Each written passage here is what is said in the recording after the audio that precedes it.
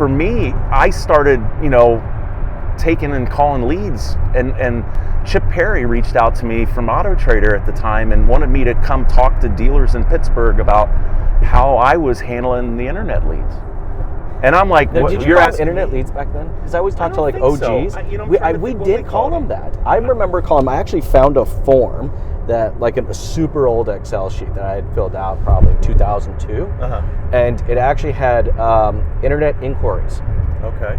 That, I think, was actually the terminology that we were using at the time. Yeah. And then I saw a little down, it said form fills. Yeah. So I think internet inquiries, internet forms is what we were calling them. I don't know at what point in time during an industry we changed the language to start calling these things leads. And I hate the word. Yeah, it's terrible. It's a terrible metric. Yeah. It's to me is the worst metric we've ever established in the car business.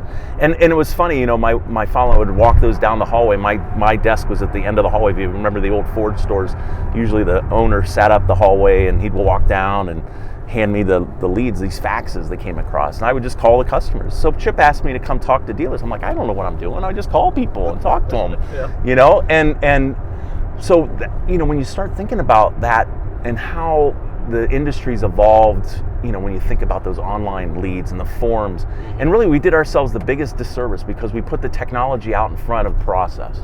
That's true. Like, we just assumed like the website was going to sell the car for us, or we just assumed that the autoresponder was going to engage well enough so that the customer would just show up and just want to sign on the dotted line.